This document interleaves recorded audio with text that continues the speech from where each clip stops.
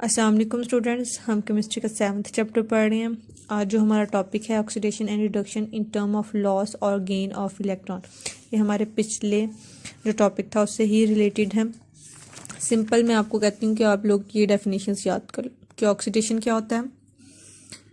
Addition of oxygen होगी तो oxidation है, रिमूवल ऑफ हाइड्रोजन होगा तो ऑक्सीडेशन है, लॉस ऑफ इलेक्ट्रॉन होगा तो ऑक्सीडेशन है। यानी कि ऑक्सीडेशन के प्रोसेस में ऑक्सीजन ऐड होती है और हाइड्रोजन और इलेक्ट्रॉन्स हमेशा लूज होते हैं, जबकि रिडक्शन जो है वो उसका उलट है।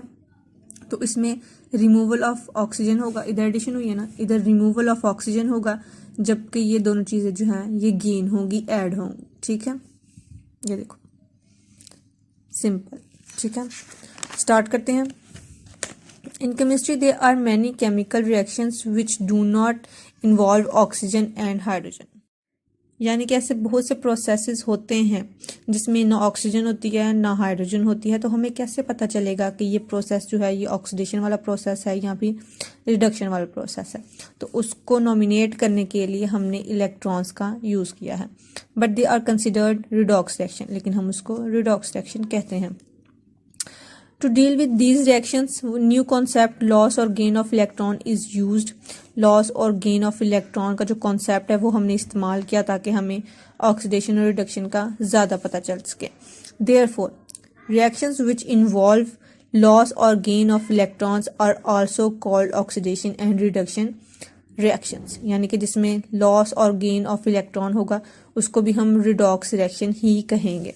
According to this concept, oxidation कैसा प्रोसेस है? Oxidation is loss of electron by an atom और एन आइन।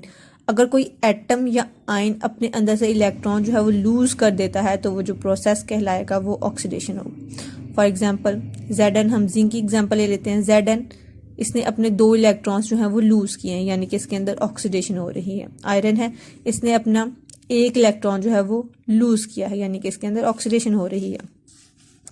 जबकि जो रिडक्शन प्रोसेस है उसमें क्या हो रहा है? इस gain of electron by an atom और आइन। और अगर कोई एटम या आइन इलेक्ट्रॉन्स गेन कर लेता है, हासिल कर लेता है, तो उसको हम कहते हैं कि वो एक रिडक्शन प्रोसेस है। जिस तरह हाइड्रोजन है उसमें 2 इलेक्ट्रॉन्स ऐड हुए हैं और वो H2 बन गया है, और क्लोरीन है इसमें भी 2 इलेक्ट्रॉन्स ऐड हुए हैं तो वो क्लोरीन आइन बन गया है। ठीक है, The overall redox reaction is the sum of both processes written as, ये इस प्रोसेस की बात कर रहा है, एक ये और ये। अब जब हम इन दोनों प्रोसेस को हमने ऐड किया है तो हमें पता चला है कि Zn+2 जो इलेक्ट्रॉन्स इसने लूज किए हैं वो हाइड्रोजन ने गेन किए हैं और वो H2 बन गया है। ठीक है, समझ आई है? ये फर्स्ट वाला और ये फर्स्ट वाला, इसको दोनों को ऐड किया है तो जो इलेक्ट्रॉन जिंक ने लूज कर दिए थे वो हाइड्रोजन ने गेन करके, यानी कि ऑक्सीडेशन एंड रिडक्शन प्रोसेस जो हैं ये दोनों सिमल्टेनियसली टेक प्लेस कर रहे हैं। ठीक है, इकट्ठे हो रहे हैं, इसलिए उनको रिडॉक्स रिएक्शन कहा जाता है। तो ये बस आपने इधर तक ही करना है। ये जो है ये नेक्स्ट एग्जांपल उन्होंने एक्सप्लेन की हुई है, तो हमारे लिए ये वाली जो 4 एग्जांपल्स हैं ये इनफ है। ठीक है, आपने साथ ये वाली जो डेफिनेशंस हैं ये अच्छे से याद कर लेनी है। ठीक है, अगर ऑक्सीडेशन या रिडक्शन का क्वेश्चन में पूछ लेता है कि डिफाइन ऑक्सीडेशन, डिफाइन रिडक्शन, तो हमें नहीं पता कि वो कौन सी ऑक्सीडेशन या कौन सी रिडक्शन की बात कर रहा है, तो फिर हम उसकी तीनों डेफिनेशंस लिखेंगे। ठीक है, तो ये आपने अच्छे से पढ़ लेना है।